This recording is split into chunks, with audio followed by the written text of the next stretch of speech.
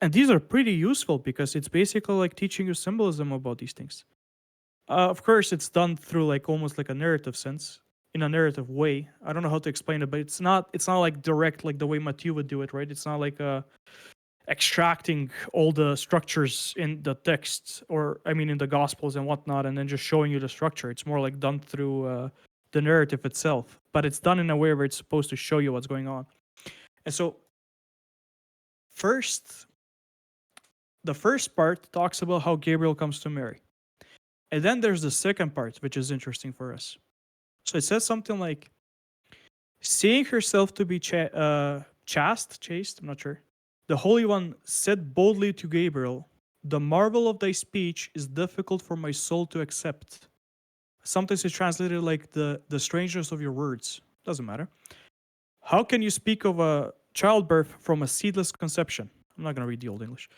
And she cried, Hallelujah. Seeking to know knowledge that cannot be known, the virgin cried to the ministering one, tell me, how can a son be born from a chaste womb? Then he spake to her in fear, only crying aloud thus, and then there's the song. So that's interesting. So it says something like, seeking to know knowledge that cannot be known. This is quite important. It's trying to show us that it's talking about the deepest mystery. Because the whole thing is that everything shall be revealed. And now she's asking about stuff that cannot be known. Not in a sense like mechanically you can't figure it out, but it's trying to emphasize how difficult the question is. And so I remember reading this, and then I kept thinking like, okay, this is pointing me to something for sure. And I think what it's trying to say that this is basically the lock of locks. Now, of course, they wouldn't explain it the way Matthew does. Doesn't matter. They sort of knew what was going on. So I think this is the question. I'll explain how it might be connected to everything else. Tell me, how can a son be born from a chaste womb? That's the question. So how can a virgin bear a son? Now, Mary, the name Mary, etymologically, it means something like the bitter waters. Actually, it means sea waters. A lot of cultures use that. Like in my language, we say mora, and it comes from Mary, which means sea. So she's the bitter waters. She's the virgin bitter waters that leads to a child. So I went back to figure out through the text, like, all right, so how can a virgin have a child? It's like, I looked at Gabriel's answer again, and it's like still not satisfying. It's like, all right, Holy Spirit, and then power of the Most High, and then a child will be born. But then I kept thinking about it. It's like, it says something like, well, I'll say it this way. It's like pointing back to Genesis. So think of Genesis 1 at the very beginning, like first day. Heaven and earth were created. And then it says, the Spirit of God hovered over the waters, but it also says, darkness was over the face of the deep. And so what it's saying that darkness is over the face of the deep, but on the surface of the waters. So below the waters, you have the darkness. But on the surface, on the higher aspect of the sea, that's where you have the Spirit of God hovering over. And so that's sort of the key here. And so it's basically her getting overshadowed by earth. It's almost like this question that is forming, and then the Holy Spirit is sort of like the answer to it. Okay. So how can a son be born from a virgin? That's kind of an interesting question. Like, regardless of what I just explained, even though it's connected to Genesis 1, it's still just like heaven and earth meeting. So it's not that interesting. There's something missing here. And then he says, the child to be born will be called holy. So it's like it says specifically that type of child will be holy. Now keep this in mind. This will get interesting. And so to get to the point of this, if you keep looking inside the womb, you're never gonna find the answer. It's kind of interesting. The answer to the question itself is in the question. It's how it's posed. So if you think about the mechanics of like how the womb creates a child, you'll end up thinking it's something like, well, all right, she's a virgin, meaning she didn't have sex. If she didn't have sex, how can she have a child? And I'm saying it this way because I want to point out how it also vulgarizes actually the question to some degree, right? And that's kind of important because it it showcases what's happening when you look inside the womb. And it's interesting because this question divides people in two ways, in a very liberal versus conservative way, the same way that like the pendulum swings. And so the one group, what they think is something like, well, okay, she's a virgin, meaning she didn't have sex, meaning it's impossible for her to have a child, and so it's a miracle, meaning something like scientifically possible. That's how usually people see miracles today. And hence it's impossible. It sort of means that, well, God is the most powerful. He can do whatever he wants to. He did the impossible. Therefore, believe in God. Shut up. Stop asking questions as to right why. And that's one way of approaching it. But it's kind of like forcing the question to be answered. It's not really an answer, and it leads to all kinds of problems. Whatever. I don't have to explain that. It's kind of obvious. But then you have the other side, and the other side does something even dirtier, where they say something like, it's the more liberal aspect to it. Well, maybe she did have a child, but she had a child with somebody else, and so this was unacceptable basically because she was meant to be a virgin in marriage, and so they decided to keep the child, and then maybe through this formed like something like a crisis, and then Christ had to prove himself, didn't have proper parents, so fine, whatever, and then the theology here can get pretty perverse and pretty broken. And so both kind of answers, see how it divides people. It divides people in the same way people are divided today, and especially in politics, although in most types of thinking. And see how it kind of breaks the question. But here's what you can do instead. So if you stop thinking about the mechanics of the womb and you leave, so okay, it says, how can a virgin give birth to a child, right? From a chaste womb. So Virgin Mary, what is the opposite to a virgin? Well, the opposite to a virgin is a harlot. Now, if a harlot has a child, that child is a confused child. That's the whole point. That's the whole symbolism. Because you don't know who the father is, right? That's the problem. That's her job, kind of the nature of her job puts her in a position that that child would lack an identity. Lacking a father is basically like lacking an identity, lacking a seed. Although coming from a confused seed, you can say. Hello, Zach. I'm just repeating the stuff about the lock of locks. So you have to sort of do this because the whole point of rumination is about comparing things, right? And so you compare a virgin to a harlot, and then you're like, okay, so if a harlot has a child and it's like a confused child, then the opposite of a harlot, a virgin, is going to have a child, a holy child. And that's what Gabriel told her. You're going to have a child, and he will be called holy. And that's sort of the hint as to the whole thing. And so how can a virgin have a child? Well, actually, that's the whole point. It's because she's a virgin that she's going to have a child. A holy child specifically. Holy as in something that follows the identity of God, right? The identity that has a specific identity, as opposed to a confused child that lacks an identity. And so, see, this is very interesting. It's the answer to her question is inside the question, which is symbolically appropriate, right? How can this be? Since it says here, it says, since I have no husband, but in some other, I think, translations it says something like, or some other gospels, I think, if it's described there, it should say something like, since I am a virgin,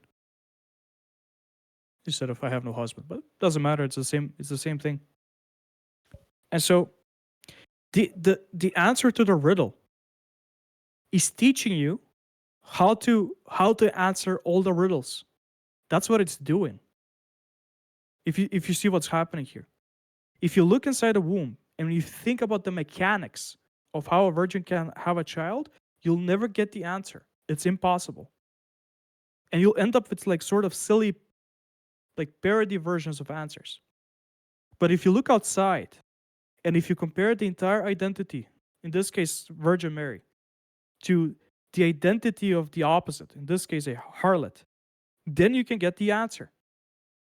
And so it's something like heaven and earth meeting in a womb. Womb is something like death. Like womb is a tomb, you can say. And it's not any kind of death where heaven and earth meet. It's the death of a virgin.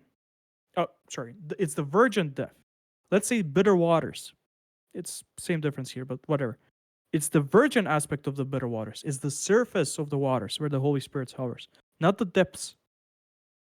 And so the higher aspect. And so what it's trying to say is like even when you have something like death, everything has two aspects to it. Always, right? Everything within it always has a heaven and earth. And it's something that supports something like good and bad, you can say even. Something that supports the identity, the good, the heaven part, and something that goes away from the identity. The bad, sorry, the earth part. So pro and anti identity, if this is not confusing. And that makes sense, right? One is like the light version of it, but the other is like the dark version of it. And so even within anything that is death, within it, you always have two aspects. You have the aspects that goes towards the increase of this death, but something else on the other side, you have something that goes away from it.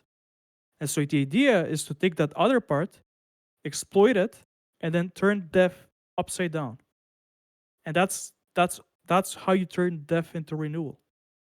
And so heaven and earth meeting not in any womb, but meeting in the womb of a virgin. See what I mean? So it's the virgin bitter waters, not the. So you divide the bitter waters into virgin and harlot, and then you take the virgin, and then you can have a holy child. And of course, technically, you can apply this answer to the harlot herself. You can take the harlot and then get rid of the lower aspects, and then take the higher aspects, and then use those to turn death into renewal. And this approach is how you basically understand everything in the Gospels. This whole pattern is everywhere. The entire Gospels is just about this pattern, sort of, like in one way or another, you know? So the baptism of Christ. Hmm?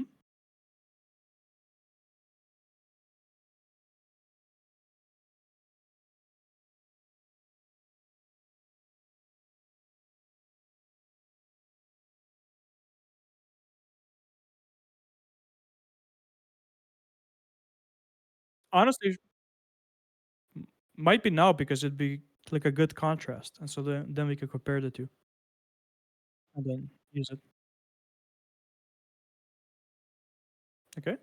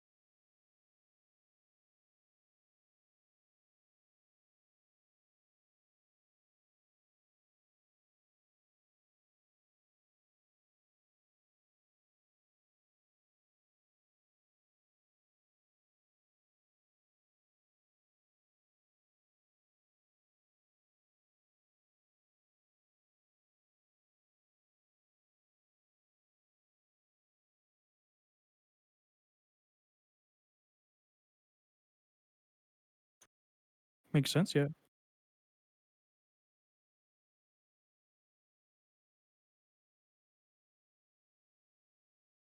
Mhm,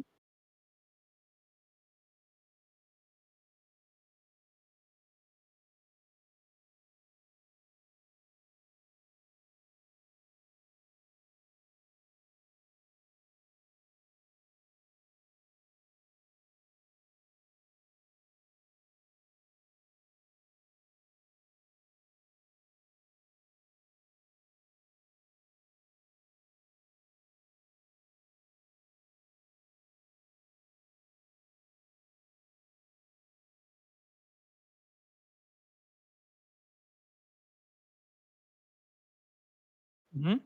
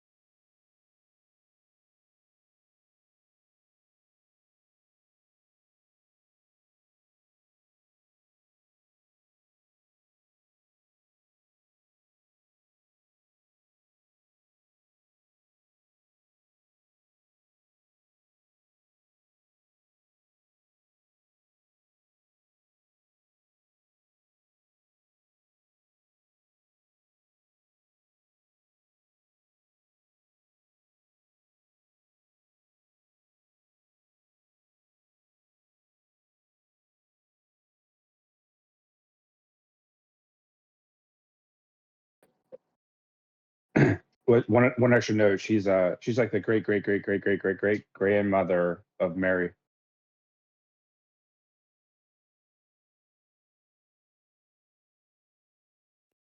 Now that last part was okay. That's cool. Kevin, this was golden.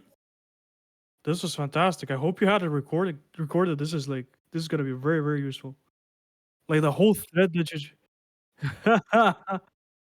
Oh wow! Kudos. Yeah. So I'm gonna disappoint you a bit because I've never read the story, but still you can help me out a bit. Like, does she survive at the end? Is she in in a moment where she might die and then ends up surviving because she right? I guess she'd be slaughtered in the city.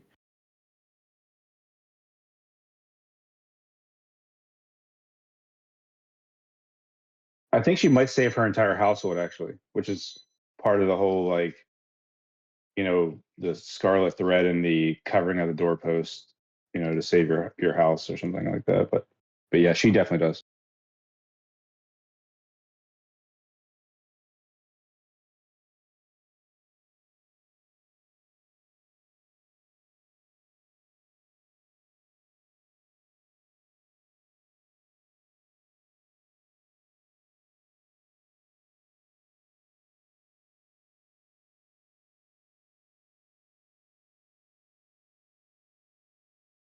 I think they might Like it have, but just I got think not. pregnant. Or some of them, yeah, some of them literally just got pregnant and they had abortions, and were always at the risk of just dying horribly.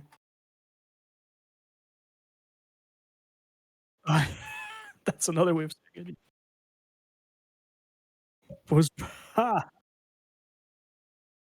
well, no, that's possible. I think because there's a moment I think with Abraham. I think it might be the same moment. So he has Isaac, right? And Isaac is an illegitimate child, right? He's from Abraham when Abraham has a child with Hagar, and Hagar is his maid. It's not his wife, and so technically that makes Isaac the an illegitimate child. So it's almost like from a harlot, not necessarily because maybe Hagar was not working as a harlot, but it is this illegitimate child. And there's a, although I'm not sure it's quite linked to what like the confused child of a harlot. It's not that extreme, but regardless, um, Isaac is not the legitimate because it doesn't come from the proper wife. And so at one point, Abraham has to sacrifice Isaac and takes him up the mountain. But instead of sacrificing him, he finds a goat stuck in the. He gets permission to sacrifice the goat instead. And I think that sacrificing the goat aspect of, or the bad aspect of Isaac. Within us, we all sort of have, let's say, like something like a sheep and a goat. And so he's sacrificing like the goat. And so the bad aspect, and that's how Isaac is, I guess, in some sense cleansed, and then he can be like the continuation of Abraham's lineage as a result. No,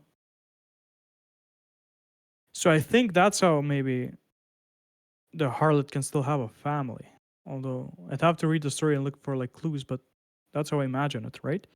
It's also like this, it's probably linked to this whole concept of um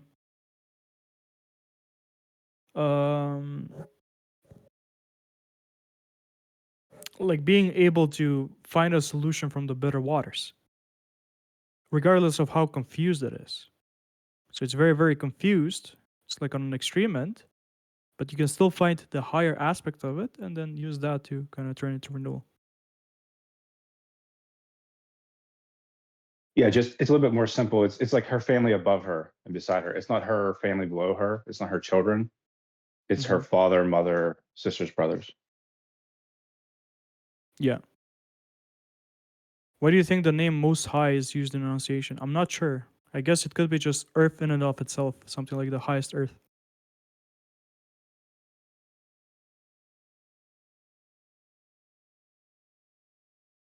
Could be, yeah. Walls fall down, yeah. But okay, to get back to the lock question, but this was really good. So I have to read that story then because it's basically it's almost as if it's a proper explanation of what the harlot is. And then if you take the opposite of it, then you have the virgin. Because Mary does basically everything right. She's the, well, by name, she's the virgin aspect of the sea waters, of the bitter waters. And she also, when she gets the news, she doesn't doubt the angel. And many of the biblical characters do in the Old Testament. They do this mistake where they get a message and then they just doubt it. And then this sends them into exile or their progeny or something. Abraham doubts and then 400 years of exile because of that doubt. Before this thing, before the Mary story happens in Luke, there's the story of Zechariah. And an angel comes to Zechariah to tell him that St. John the Baptist will be born. That's Zechariah, the father of St. John the Baptist. Mary separates the waters. No, I don't think she separates them. I think she's the higher waters. I think that's what she is, specifically. Yeah, right? And she's the waters above. In some sense, God is already separating them by hovering over the waters and choosing the surface instead of the depths. But yeah, that's what happens, right? You have the sea. Mm-hmm.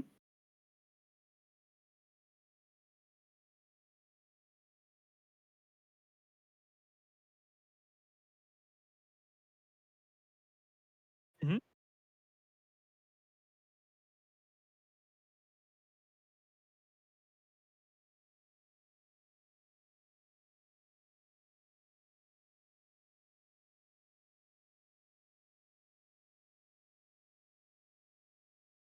Yeah, but that's true for everything, right? In a sense that anything that is above me can just be earth, can be heaven. So yeah, but it'd be useful to understand that, I guess, based on like how we're meant to follow this. I'm not sure. Okay, so mhm.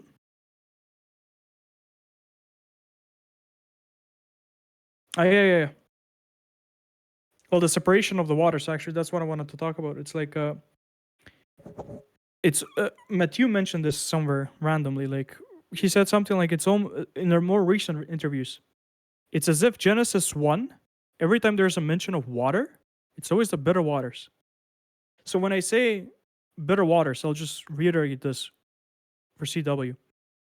Fresh waters are the waters you can drink, and then bitter waters are waters you can't drink. So seawater, whatever it is. And fresh waters are chaos, but they're just for refreshment or for cleansing, that type of renewal. But it's not the chaos that's problematic. But when you have something like the bitter waters, that's problematic chaos. That's what it is. And so imagine you have something like rain or something like a well or a river. That's the sweet waters because you can drink them and then whatever it renews you. But if the rivers flood, let's say, then that water immediately becomes the quote unquote bitter waters because now that flood is a problem. And so whenever we talk about bitter waters, we really mean just something like problems, like a question, like a problem, like criticism. All these things are kind of connected.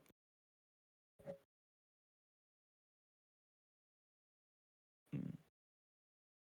Mary is also a descendant of David. Okay. So both Joseph and Mary are descendants of David. Quite interesting. Regardless, um, in Genesis 1, it's only the bitter waters, and it's almost problems to be solved by God. So you have this unsolved problem, and then God is there, and He just solves them. Pop, pop, pop. And so you have like the first waters are just bitter waters, chaos and void, and then God takes the higher aspect and then separates the waters. And now you have, instead of confusion, you have two opposites. As it's kind of like it's what we're using in rumination, right? So that's the whole point. The whole point is you want to have two opposites so that you can compare them and so that you can find the higher aspect. And then separates the waters, and then you have the waters above and waters below, so good and bad. And then he takes the waters below, and on the surface of those waters, he brings out land.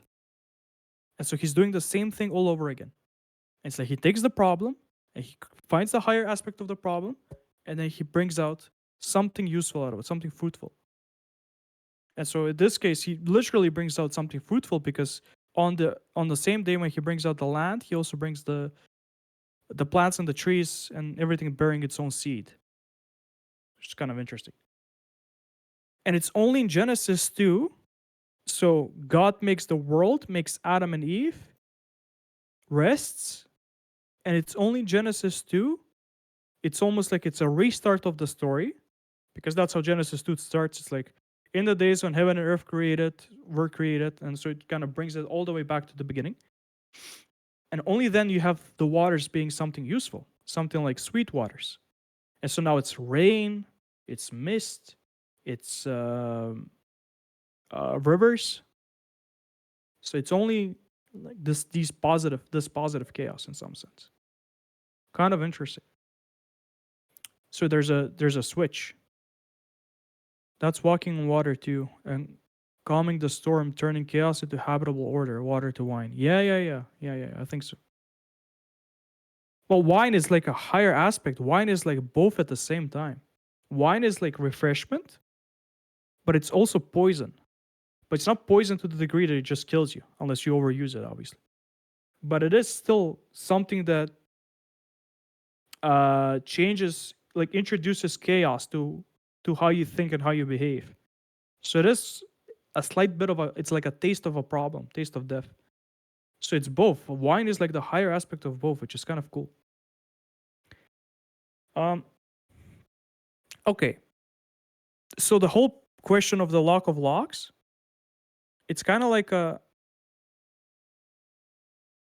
it's basically telling you have this womb, you have this death, this problem, inside the bitter waters, and then the way it makes it, the reason it makes a child, it's actually because it is virgin, and because it is virgin, it creates a child that is holy.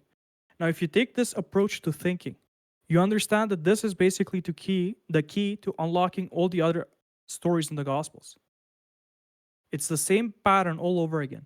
So you look at a problem, and then instead of zeroing inside the womb, inside the mechanical details of how this works, you step outside and then you compare the identity to another identity, and then you're able to find a higher solution. So to understand the truth of a fire, if you think about like, I mean, it's not that you shouldn't, but it's like if you only think about like how fire works in terms of like, well, you need something flammable and then it glows and then it has warmth and all of this. It's like you'll get some ideas, but it's very difficult to understand the meaning of fire. But then if you compare it to something like water, then immediately start getting answers.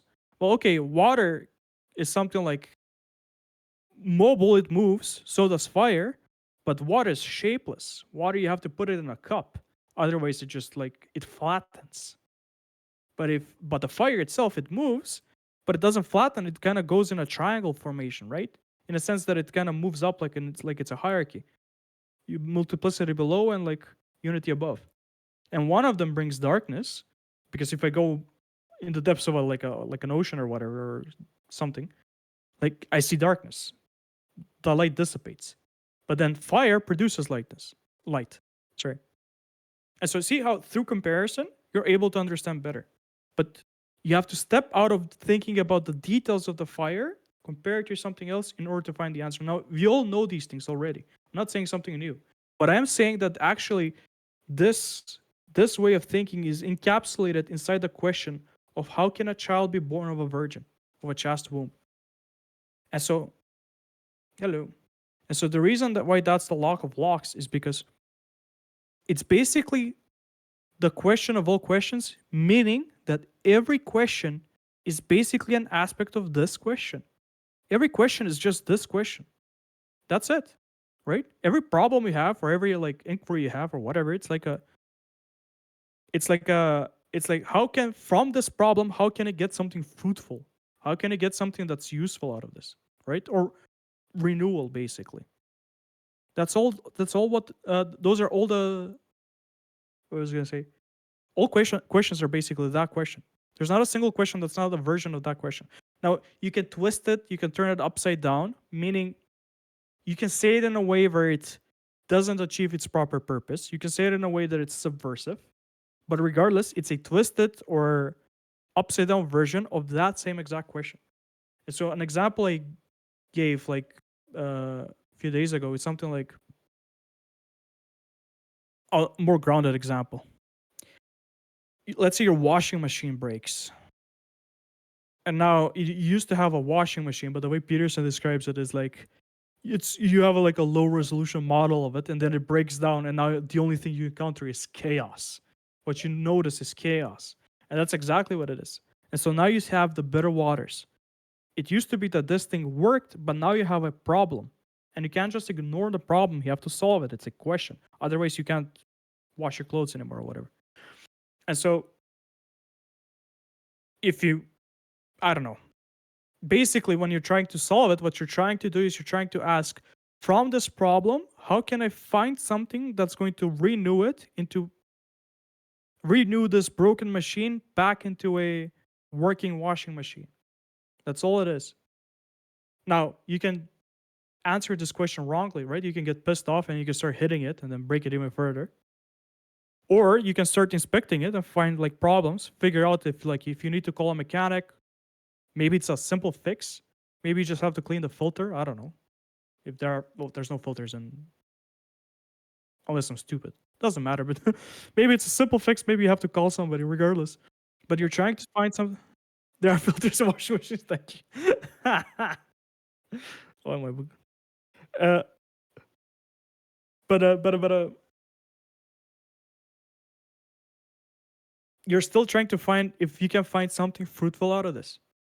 Now, if you want to find something really fruitful, you can fix the washing machine in a way where you'll know for future reference why this broke down and how you can avoid it from happening again, from this problem happening again. And that way you can remember it. And then next time you get washing machines, you're not going to have this problem. You're going to know how to avoid it, right? Maybe don't buy this brand, or maybe clean your filter that apparently exists, or maybe whatever, you know what it is. Or maybe these things happen over time, and sometimes you just have to call a mechanic, and that's what it is. It is what it is, you know? But I'm using this concrete example, but it's difficult to find examples because it's everything. Every question is just this question and like in different ways, right? Solving a math problem. You have a problem. You have this thing has to be solved. And so how do I find a renewal to this problem where it's no longer a problem anymore? See what I mean? Or even a question like, how are you today?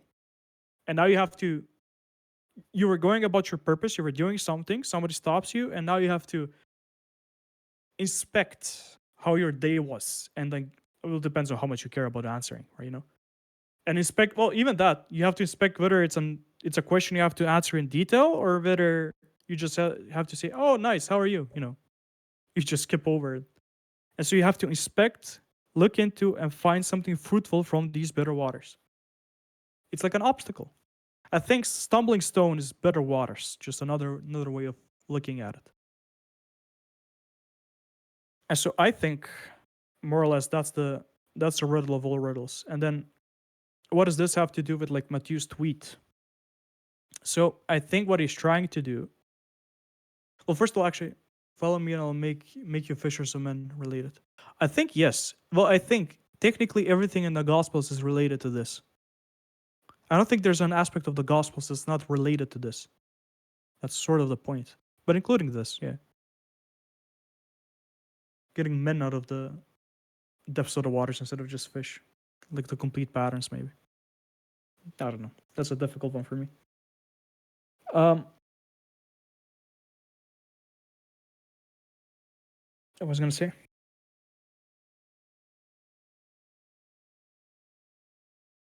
Oh yeah. Matthew's tweet. So I think what he's trying to do is he's just basically trying to show that this question that's in the New Testament already exists in the Old Testament. It's just that the New Testament kind of gathers it together and unifies it. That's all it is. So in the story, what he showed is basically there's this Queen of Sheba, and then there's Solomon, and the Queen of Sheba comes to Solomon and gives him a riddle. Now it's just basically just an embodiment of what we were talking about. It's like a proto Virgin Mary pattern, if that makes sense. It's not so much about what she said or what the riddle itself was, as much as it is the moment of this, the whole scenario in and of itself. Because you have something like the white king, the Nazarite Solomon, right? Straight and narrow type of figure. Although there's the Antichrist problem, but whatever. In this specific case, that's what he is. And then you have something like his opposite, something like the queen of the underworld. Queen is like the highest pattern, highest, like proper union of heaven and earth. The queen of the king and queen are both that, right? Queen of the underworld. So Egypt is already like earth, but this is even below Egypt. And so from the bitter waters, you get something like I'm gonna say it like the embodiment of the bitter waters. And then her name or her title is Candace, and Candace means something like pure. And so it's the pure bitter waters, the virgin bitter waters. That's what it is. And so the virgin bitter waters come to Solomon, and then they give him a puzzle. See what I mean? And then the the moment itself is already the puzzle itself in some sense. It's like, how can you get something fruitful? How can you get an answer or something like that? A seed, I suppose, out of the bitter waters, or out of specifically the pure bitter waters. And the answer is, well, technically, or a way of approaching it is that it's because it's the bitter waters that you can get an answer or something fruitful.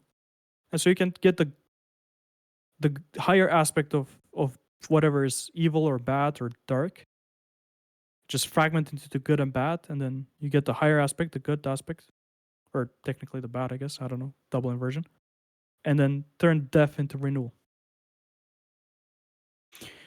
All right, so how much is this making sense for you, CW? I don't know what your name is. Sorry, it doesn't matter if you don't want to. It's been a lot so far, so I couldn't say that I fully understand, but I definitely think you're onto something. And it makes sense, the idea that the Annunciation and the virgin birth would contain the answer or the question that we're looking for, because let's say, with the exception of the foretelling of John and Luke, the Annunciation and the virgin birth is sort of the beginning of the New Testament story. So from that alone, I think you're definitely onto something. But I wanted to ask you what you were saying at the end there. I want to make sure I have this right. You were mentioning that part of solving a problem was that you said splitting it into two opposites. One is good and one is bad. And then based on that, you are able to find the renewal. Is that pretty much what you were saying? Oh yes, it has to do with like what rumination is in some sense. It's connected. Well, it kind of seems like what Matthew is talking about. Rumination is basically kind of like almost like a secret way to get people to think about like what the first sentence of the Bible is, right? So in the beginning, God created the heavens and the earth. Hi, Anna. And so it's that pattern. That pattern is the entire Bible. In the beginning, God created heaven and the earth. And so you have one higher principle. I'm reiterating this just so you can make sense of your question. Uh, you have a higher principle, a purpose, a goal, something meaning like name, identity, whatever. That's the higher aspect. And then you have two lower aspects below it. And in this case, it's heaven and earth, the actualization and the potential.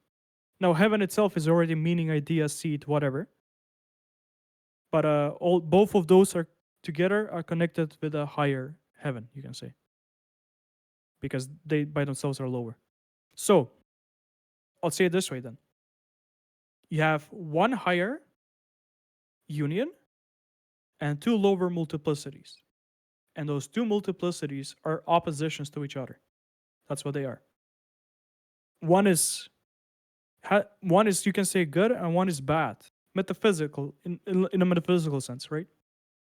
Uh, Good is something that is pro the identity, and bad is something that is anti the identity. So nothing is ever good or bad by its own, on its own. That's impossible. It's like, is this good? Well, good for what? That's always the question. So if it's good, it means that it's I'll give this example like a good bed. A bed is a good bed because I can sleep on it and it's comfortable. But it's a bad mop. I cannot use my bed to mop the floor. I mean, I can if I'm pretty creative, I guess, but it's see what I mean.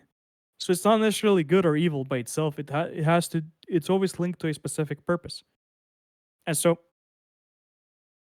the question of the Bible is basically, what do we do with this bad thing? This bad thing is what the bitter waters are. That's the whole point. And so it's a question of like, what do we do with the bitter waters? And for the most part, most of the Old Testament is basically avoid it, don't touch it, don't play with it. In fact, if you're going to use it so you can destroy your enemies. Use it as an exploit to kill more of your enemies and preserve yourself. But don't engage with it yourself. And then what Christianity does, it says, well, technically, as you have one higher union and two opposites below it, then you can do that with everything, including bad. You can take bad in and of itself, and then you can divide it into two opposites. One that moves towards the bad, and one that moves away from the bad. Very simple. And so bad in itself has a mini good and a mini bad. And so the pro identity of bad is what you want to avoid. That's the harlot. It enforces and it keeps the identity of the bad. But then the thing that is rebelling against the bad, that is moving away from it, that's what they call, I think, double inversion, the bad of the bad, right? It's the thing that you can use to subvert it and flip it upside down and then turn it into good again. Or turn it into a source of renewal is another way of saying it. So the embodiment of the Mary question is basically that. It's to understand how this puzzle works, to be able to solve it, you have to think from the right perspective. And then only when you're able to see it through the using what I just described, then you're able to understand the story. And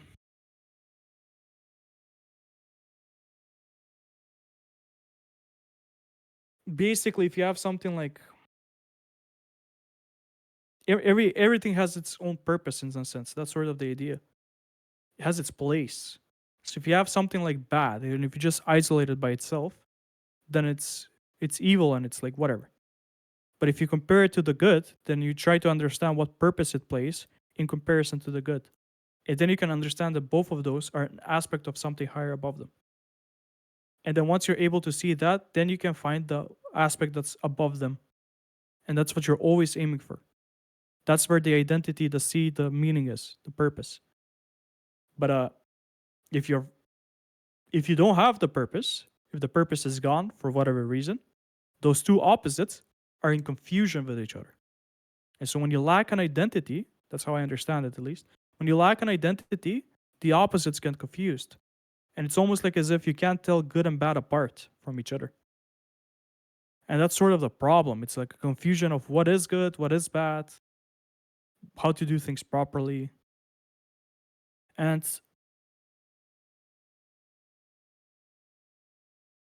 in Christianity, that's the idea is you can separate them and then you can find the purpose. But once you find the purpose, you have to understand that if you're gonna follow the purpose, then you have to accept both. You have to accept both the good, but you also have to accept the bad. Meaning death has to play a role It's not just something to be avoided or discarded or just used as an exploit against enemies. Has to play a proper role, including for yourself. And that's where self-sacrifice comes in. And this desire to avoid self-sacrifice is actually what leads to more confusion. It depends on how you self-sacrifice, of course. You can commit suicide and it confuses things even further. But if you do it in a proper way for the sake of renewal, then then it plays a proper role. And so it's all about figuring out what the role of death is. And now we know that the death plays a specific role, which is the role of renewing things. That's what death does. But if you confuse it with the good, and if you misuse it, then you'll get more confusion, and then you'll get all sorts of problems and the breakdown of your identity and stuff like that. But if you do it properly, then you can take a broken identity or a missing identity and you can fix it and restore the identity, restore the king, you can say. So that's how I understand.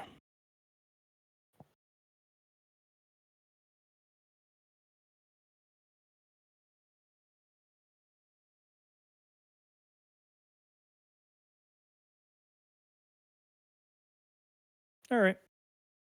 See you next time.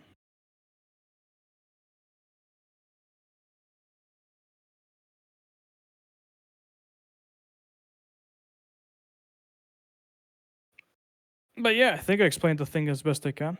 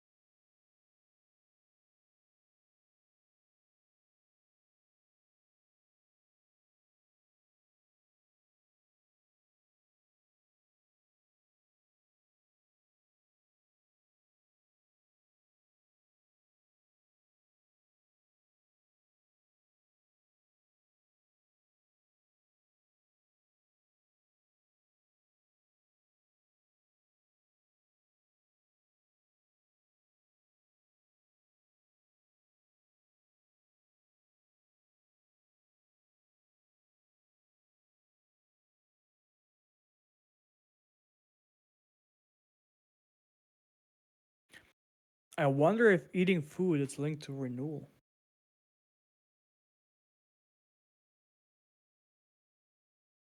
Not quite Gordon, sure. hey Gordon, Eh, I can't quite talk for very long, maybe a minute or two, but there's two things that I wanted to bring up. The first thing related to your question of like, is consuming renewal? I mean, it is. That's what that's eating fruit and um it's incorporating something new. It's related to Solomon. Whenever, he's got all these wives, you can say he's incorporating a larger body, but he can't quite handle it. He's kind of like he's making a flood. But the other thing that I wanted to mention was that you're like all of this that you're talking about just reminds me of Solomon whenever he's judging between the two prostitutes. So he um what did he do? There's basically a woman. There's two women, two prostitutes, and one of the prostitutes accidentally sleeps on top of her child and kills it. And so then now both of them want custody of the child. And so Solomon's job is now to discern between the two. And so both of them want the child. And then he's basically like, well, he's trying to divide the waters. He's trying to figure out what's the sweet water and what's the bitter water, who's the true harlot and who's the false harlot. And I think like that's also related to the knowledge. Like everything actually fractures into good and bad. So there is no symbol that is absolutely good or bad. It's how you use it how it relates to how it exists in relationship to everything else. That's what makes it good and bad. But the way he does it is basically he says, well, I'm just going to cut the kid in half, right? And so the real mother says, well, no, no, I'd rather the false harlot get it than my child die, right? And so he finds the real principal, the one that wants to, the one that wants the principle to continue to exist rather than cutting it in half. And the false harlot basically says, yeah, I don't care as long as I get some of the baby. And it's kind of also like, as long as everybody loses, it's okay, you know. But Yeah. that's all I have to say. No, I think it's proper because that it kind of seems like it's encapsulating this question again from a different perspective. But yes, right? One of the harlots wants see it's the version of bitter waters, and it's the depths where the darkness is, where the monsters are. So it's the two aspects of the bitter waters, and then one of them wants an increase of death. You have the child, and she wants to turn that renewal, the child, into more death. But then the other one, I'm kind of riffing on this on the fly, and then the other one, it seems like she's willing to sacrifice her own self to the degree that she's sacrificing herself here for the renewal of the child. So she takes death for renewal, death on herself, but for the renewal of the child, or for the keeping the renewal alive. Let's put it that way in this specific scenario, but it's still death into renewal. It's the same pattern. And then the way Solomon judges this is through a trick, right? He says like, I'm gonna cut the baby, and so I'm gonna judge. I'm gonna cut in half.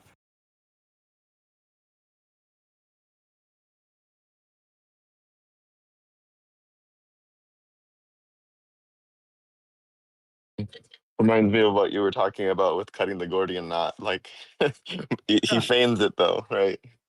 Yeah. Psych. Well, but you in the interview was like, well, we're not actually sure if he feigned it. It could have been that he was about to really kill the kid or whatever. He had some interesting takes. But yeah, it kind of seems like that's the thing, right? It's like, what do you do with the confusion? Because there's a moment where God tells Solomon, like, I can give you whatever you ask for.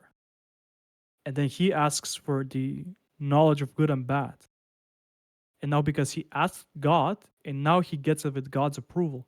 So he gets the full pattern. But for some reason, I'm not sure. But for some reason, at the very end, he kind of plays the harlot role, right?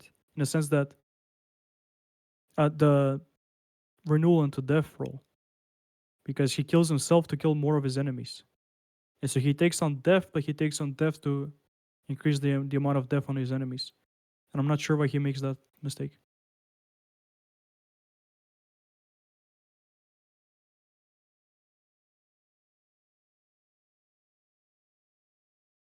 Reminds me of Moses' mother.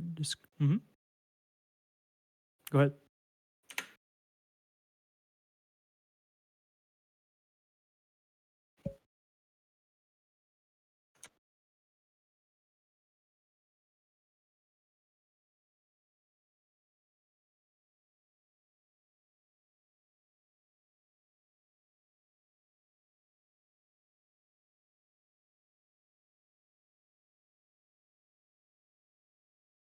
That's a good one. I like that. That's a good take. Yeah. That to me makes a lot of sense. So he is implementing that pattern. Huh.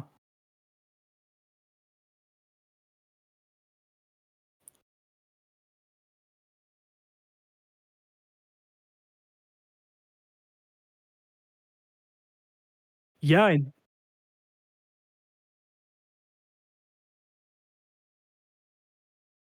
it could be that in this case, when he was judging who the baby belonged to, in this case, it probably worked out. Because even though he's using the wrong pattern, and it probably worked out because the mother stopped him. And so the feminine introduced change, and then that's what changed the outcome. But it could have been that he would have killed the kid anyways. I'm not sure, but maybe there's a that's one way of reading it. Is that he was still participating in the pattern of increase of death, but not in that case it kind of worked out.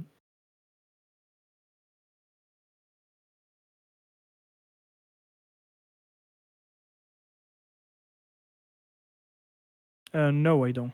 That's it.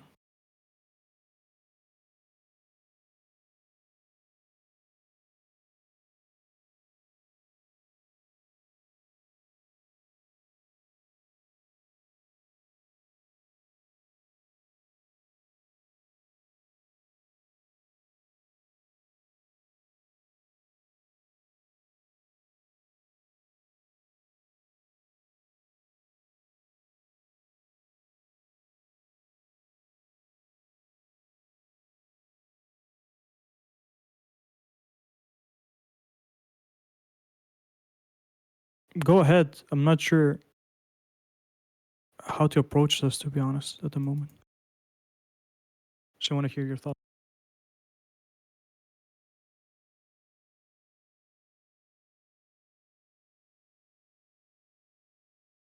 Oh, my bad. I misunderstood. Yeah, sorry.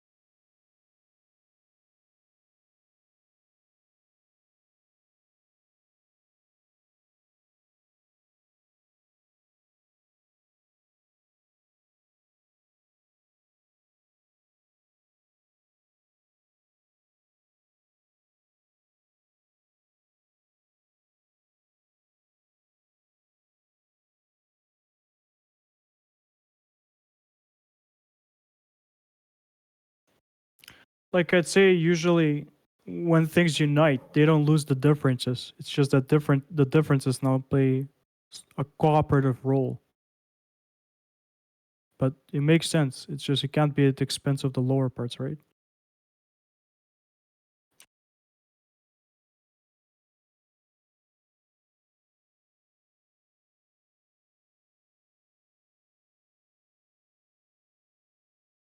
I mean, if that is useful, I don't know.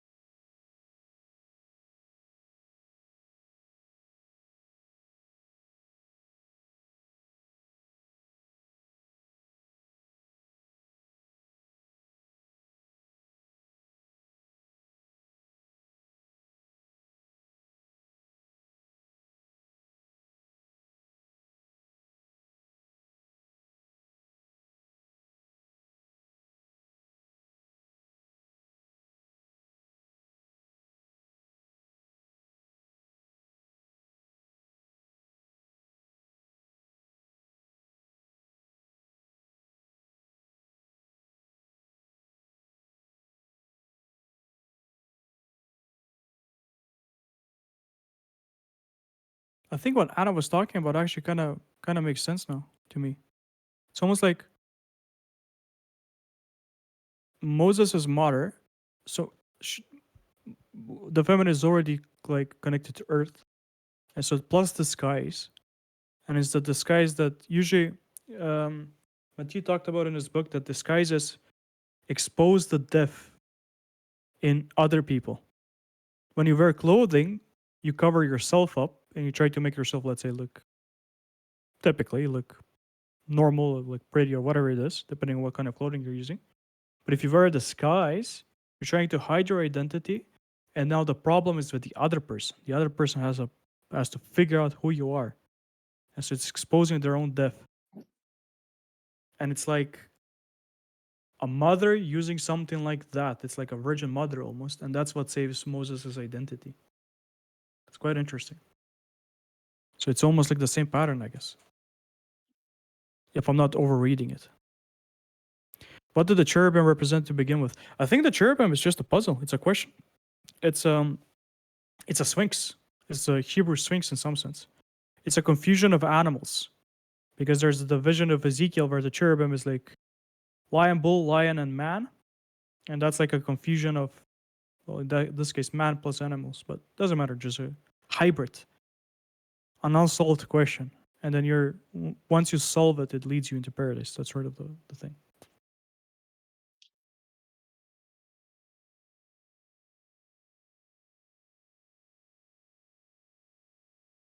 Among other things, I mean, the cherubim is like, it's a huge topic, but that's the high point that I see.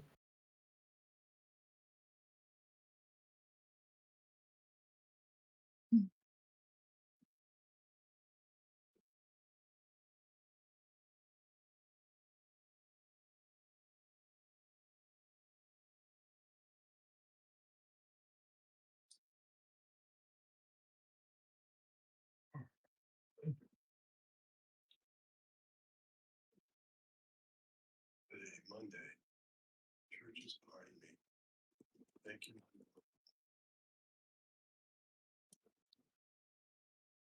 And Kelsey's going to look for trustee, so that job's done.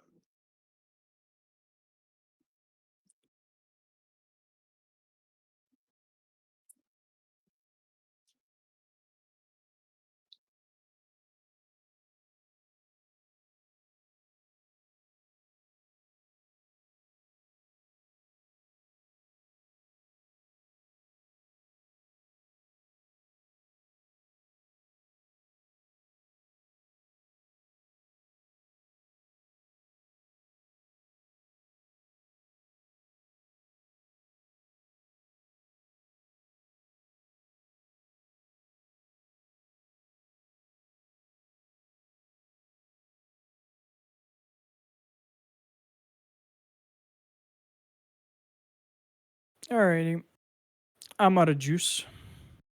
I'd have to take a break for a while and probably like focus on some other thing to solve, and then come back with something more to say.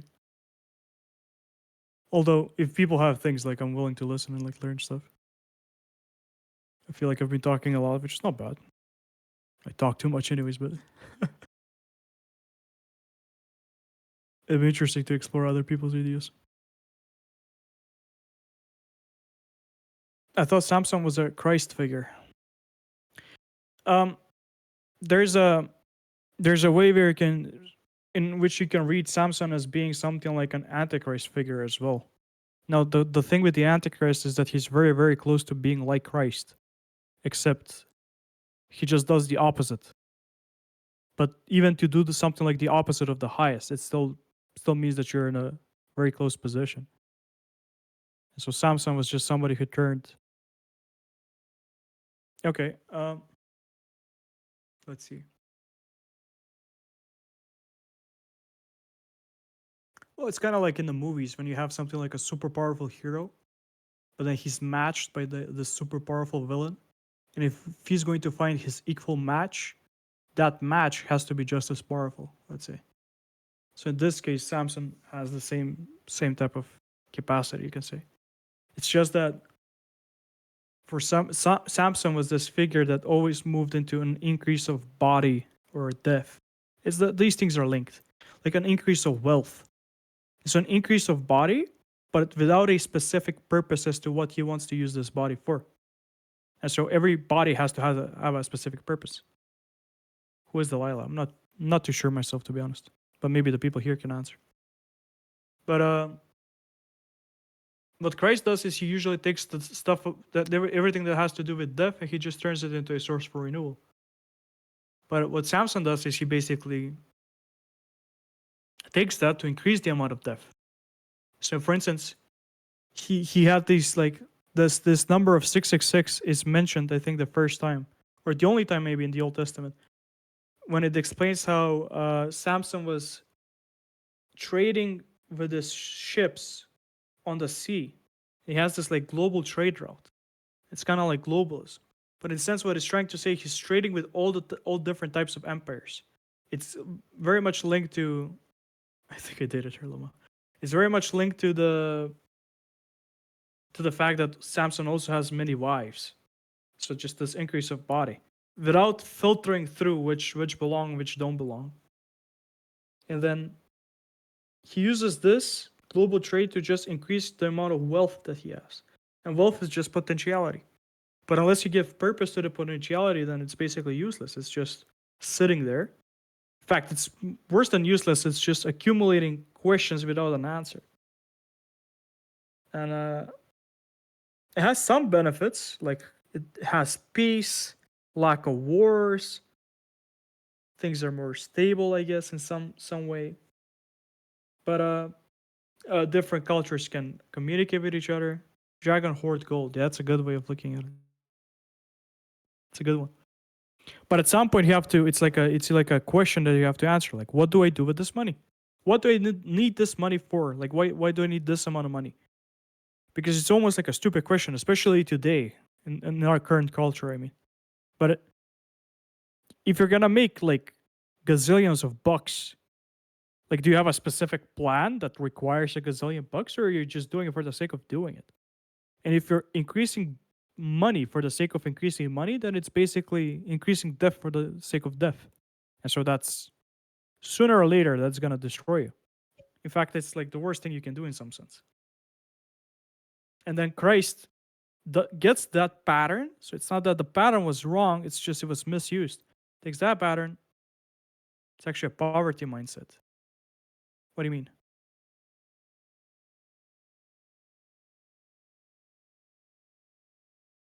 Could be. I'm not sure what you mean. Oh, it needs more in that sense. Hoarding because of, yeah, kind of, yeah. Yeah. It has to do with always wanting to survive, always wanting to have your identity survive without this fear of like, what if problems come? Nice. It's always this fear of like, what do I do when there's a crisis? What do I do when problems show up?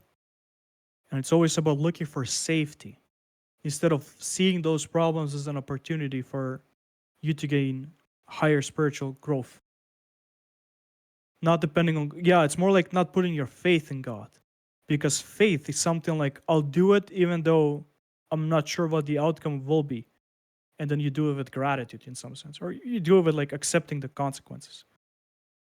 But if you lack the faith, then you have to sort of replace it with the sense of security and safety. Right. And that increase of wealth is this increase of like security and safety. But that can only last for some long. Keep me choose. Fear of death. Yeah, exactly, right? I mean, you should be afraid of death. It's just you should be afraid of God more, as Peterson says. That's a really good line. That's exactly how it works, I think. If you fear something more than death, if you love something more than life, the fear of death can't rule you. Yeah, exactly. More than your life, my bad. Ah, yeah. Yeah, precisely. Now, this is like very, very simple. But it's basically everywhere.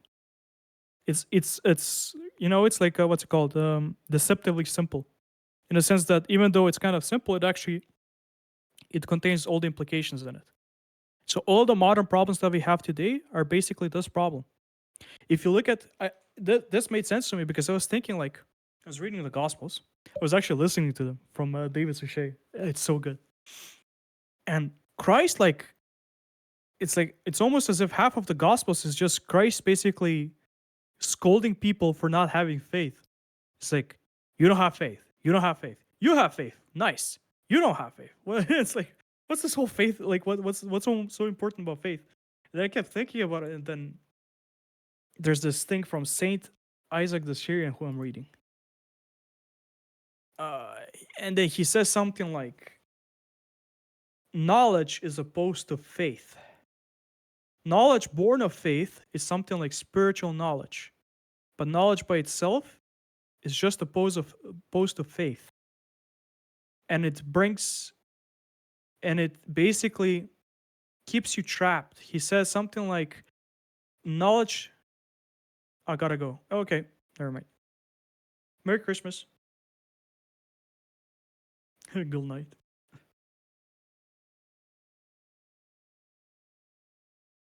Well, I just finished this thought, and then I'm probably gonna bolt as well.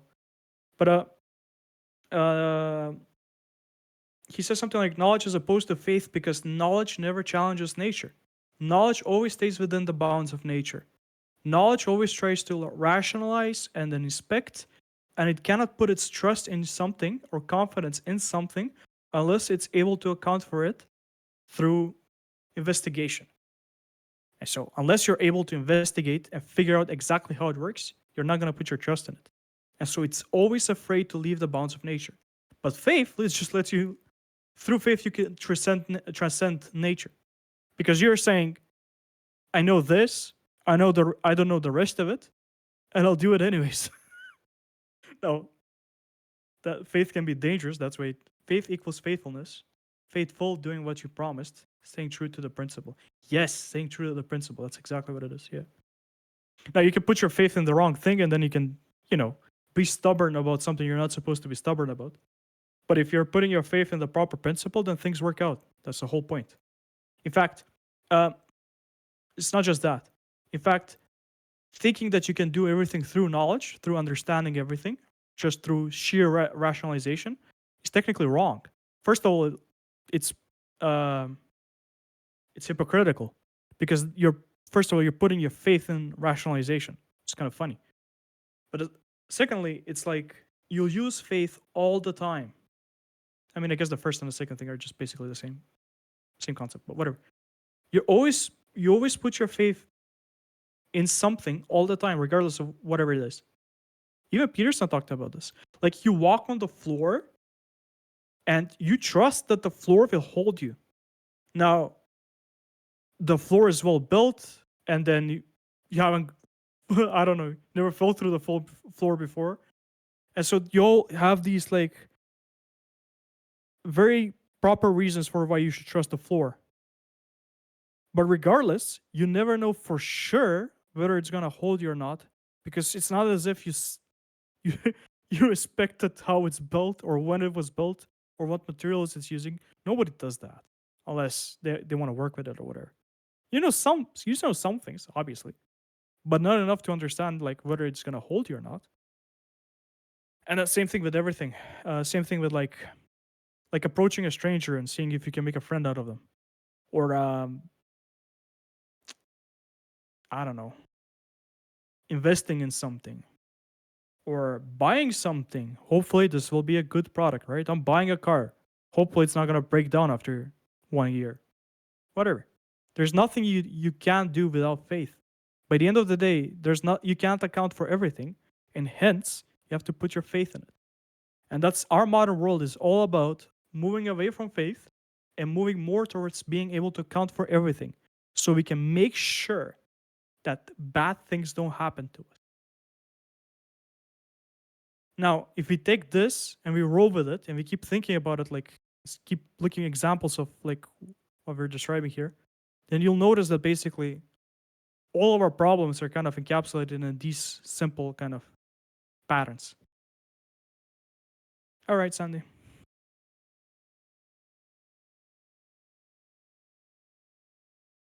Okay. I'm gonna go. My, my, my brain was kind of fried today, but hopefully got some words out properly.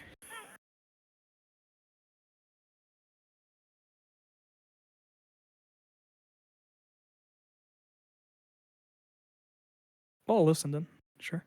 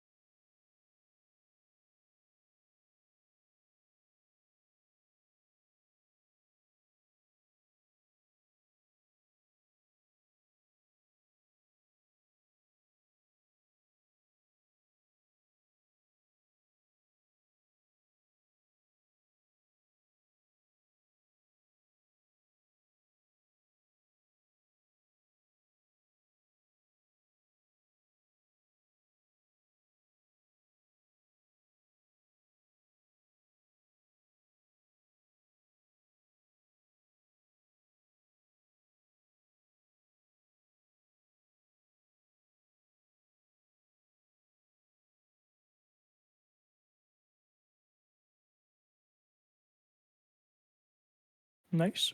Sounds good.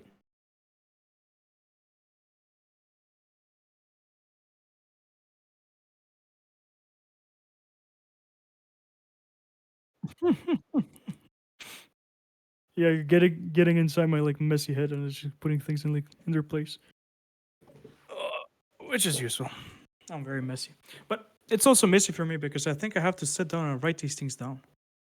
Not so much so I can share it with people, although that wouldn't be bad, but it's like I have to put my thoughts in order, you know? Have like a structure to it. Okay, then. Yeah. See you next time, guys. Thank you for the conversation. You too. Bye bye. God bless.